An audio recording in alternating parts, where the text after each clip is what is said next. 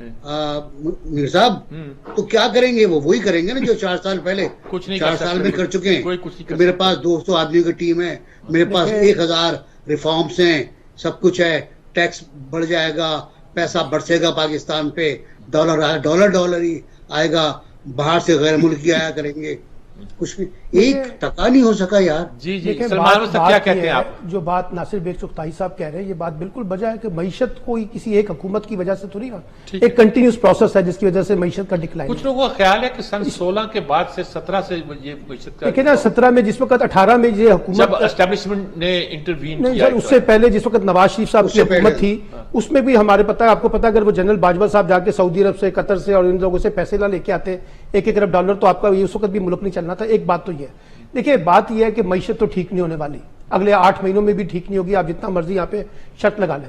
تو اس کا مطلب ہے کہ انتخابات نہ کروائے جائیں. اس کے بعد اگر عمران خان جیت جاتے ہیں پھر بھی ٹھیک. پہلا مسئلہ سنیں نا, کیا انتخابات نہیں ہوں گے؟ انتخابات تو پھر بھی ہوں گے اکتوبر 2023 میں جو حکومت کہتی ہے. انتخابات تو ہونے ہیں, چاہے اس کے نتیجے میں کچھ اچھا ہو یا برا ہو, انتخابات تو آپ کو کروانے ہیں. اب سوال یہ ہے, آپ کے پاس 2 آپشن ہیں میرے صاحب. ایک آپشن یہ ہے کہ جو حکومت کہہ رہی ہے کہ ہم نے اکتوبر 2023 میں الیکشن کرانے ہیں, اس کا مطلب ہے کہ آپ اس کرائسس کو اکتوبر 2023 تک لے کے چلنا چاہتے ہیں. پولرائزیشن بھی ہوگی, اکانومی کا بھی جو ڈکلائننگ ہے وہ بھی آپ کو نظر آ رہی ہے, اور ساتھ ساتھ جو ہے آپ کے اسٹیبلشمنٹ کے ساتھ جو معاملات ہیں, نئی اسٹیبلشمنٹ کس طرح سے بیہیو کرتی ہے, عمران خان کیسے بیہیو کرتے ہیں, حکومت کیسے بیہیو کرتی ہے, یہ بھی ایک کرائسس رہے گا. کیونکہ یہ اسٹیٹ کرائسس ہے, پولیٹیکل کرائسس سے زیادہ اسٹیٹ کرائسس آ گیا. اب ایک وے آؤٹ اس کا یہ ہے جو ابھی جنرل صاحب نے بھی بات کی ہے کہ جانا تو آپ کو الٹیمیٹلی الیکشن میں ہے.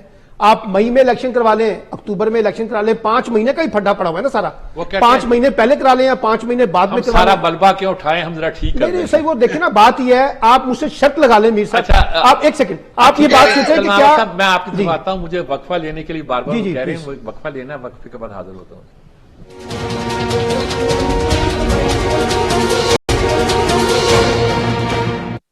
ناظرین کرام, جیسے کہ ہوتا ہے کہ آخری سیگمنٹ محبوب اس سے ہوا کرتا ہے, مجھے بتا دیا گیا ہے اور میں اپنے ساتھیوں کو بتا رہا ہوں.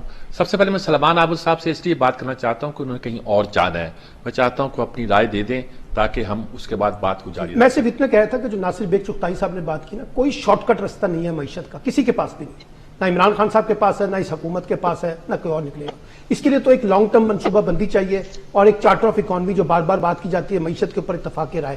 اب وہ ہوگا اس وقت جب یہ پولیٹیکل لیڈرشپ آپس میں بیٹھیں گی اور بیٹھ کے بات چیت کریں گی. ابھی تو بہت بڑا ڈیفیسٹ ہے, اور اس وقت جو الیکشن پالیٹکس چل رہی ہے وہ ظاہر کرتی ہے کہ اس وقت تو بہادرائی بہت زیادہ ہے.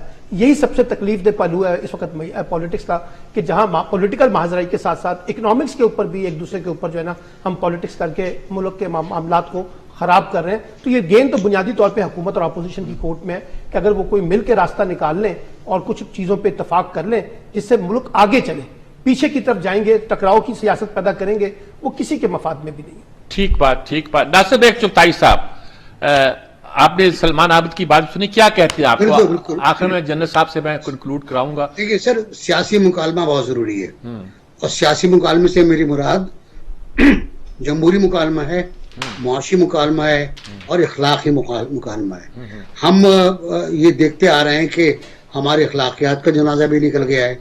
ہماری گفتگو میں بدتمیزی نہیں, شرانگیزی اور بےہودگی اور فحاشی وہ شامل ہو گئی ہے. ہماری سیاست میں رواداری نہیں رہی, ہماری معیشت میں بردباری نہیں رہی. خاص بات یہ ہے کہ ہماری معیشت میں بردباری نہیں رہی. اب اس کا حل یہ نہیں ہے کہ کل آپ انتخابات کرا دیں, خان صاحب آگے بیٹھ جائیں اور پھر دلہن تختہ کر دیں. اس کا حل یہ ہے کہ آپ معیشت پر کھل کے بات کریں, بیٹھ کے ایک رول آف دا گیم تیار کریں, پالیٹکس کے بھی, ڈیموکریسی کے بھی, سیاست اسمبلی میں بیٹھے کے آداب دوبارہ پڑھیں, دوبارہ تربیت حاصل کریں, اور حکومت کرنے کے آداب پڑھیں, اپوزیشن کرنے کے آداب بھی پڑھیں. ایک اچھا دور ہوا کرتا تھا جب ہمارے بزرگ سیاستداں تھے, تو اب تو عجیب و غریب صورتحال ہے. اور دوسرا یہ کہ عدم اعتماد کی تحریک ہو سکتی ہے, بالکل ہو سکتی ہے, اور اسمبلی توڑنے کی بھی سفارش ہو سکتی ہے. بالکل دونوں آپشن ہیں. لیکن کیا گورنر پنجاب اسمبلی توڑنے کی سفارش پر وہی اختیار استعمال نہیں کرے گا جو پریزیڈنٹ عارف الوی نے استعمال کیا؟ گورنر پنجاب کے حلف پر آپ نے نئے پہلو نکالو. جنرل صاحب لائن پہ ہیں ہمارے ساتھ, آپ پھر کٹ گئی تھی لائن. جنرل صاحب کنکلوڈ کرنا ہے. کوئی کہتا ہے جی الیکشن حل ہے, کوئی کہتا ہے الیکشن بھی حل نہیں ہے. کوئی کہتا ہے کہ یہ 8 مہینے میں معیشت تباہ کر دیں، کوئی کہتا ہے عمران بھی آ گیا تو معیشت کو ٹھیک نہیں کر سکتا، اور دونوں ساتھیوں کا یہ خیال ہے کہ کوئی کنسنسس ہونا چاہیے معیشت پر، اسے مساق معیشت کہہ لیں، جب کچھ اور نام دے دیں، کنسنسس ضروری ہے، کیسے ہو؟ دیکھیے صاحب، بات یہ ہے کہ الیکشن تو ہونے ہی ہونے ہیں. اگر نارمل حکومت چل رہی ہوتی عمران خان کی اور وہ ختم نہ ہوتی تو پھر بھی نیکسٹ ایئر اگست میں الیکشن ہونے تھے، وہ تو ہونے ہی، ٹائم پورا ہو جائے گا، اس کے بغیر تو گزارا نہیں ہے. دوسری بات یہ ہے کہ عمران خان صاحب نے جب وہ اسمبلی میں تھے تو اپوزیشن کے ساتھ کوئی ورکنگ ریلیشن شپ قائم نہیں کیا، کوئی ڈائلاگ نہیں کیا. جب تک ڈائلاگ نہیں کریں گے نہ قانون سازی ہو سکتی، نہ معیشت پہ بات ہو سکتی ہے. تیسری بات یہ ہے کہ جو آپ سب لوگ کہہ رہے ہیں کہ جی معیشت ٹھیک نہیں ہو سکتی فلاں ہے لانگ ٹرم، ارے بھائی کون ٹھیک کرے گا گورننس کو، اور کون ٹھیک کرے گا معیشت کو، کون ٹھیک کرے گا ہمارے ملک کو؟ یہی پولیٹیشینز ہیں، یہی جماعتیں ہیں، یہی مطلب انہوں نے ہی کرنا ہے. تو سمجھنے کی بات یہ ہے کہ تھوڑا بہت ان کو احساس ہو جائے کہ سیاست کم کریں اور ملک کی ترقی کے اوپر اور جو ہے زیادہ غور کریں. بالکل ٹھیک بات ہے. زیادہ غور بڑی مناسب بات کہی ہے جی کہ سب کو، سیاستدانوں کو ہی گورننس ٹھیک کرنی ہے، انہیں ہی معیشت ٹھیک کرنی ہے، انہیں ہی سیاست ٹھیک کرنی ہے، انہیں ہی جمہوریت کی بقا کے لیے کام کرنا ہے. اگر یہ احساس ہو جائے اور سب مل بیٹھ کر یا کوئی طریقہ نکال کر کوئی ان کا بیچ میں کوئی صلح صفائی کرانے والا آ جائے، کوئی آ جائے، صدر آ جائیں، اسٹیبلشمنٹ آ جائے، کوئی آ جائے، کسی بات پر ایگری کر لیں تو پاکستان دوبارہ پٹری پہ چل سکتا ہے، دوبارہ پٹری پہ چڑھ سکتا ہے. مطلب پٹری سے اترا ہوا ہے. اس کو پٹری پر دوبارہ لانے کے لیے اس بات کی ضرورت ہے کہ تمام سیاستدانوں کے درمیان ایک کنسنسس ہو. لوگوں نے بات چیت کرنا چھوڑ دی تھی. عمران نے خاص طور پر جب اسمبلی میں تھے تو اپوزیشن سے رابطہ منقطع کر لیا تھا. یہ رابطہ استوار کرنا پڑے گا. یہی حال ہے پاکستان کا. اجازت چاہتا ہوں. اللہ حافظ.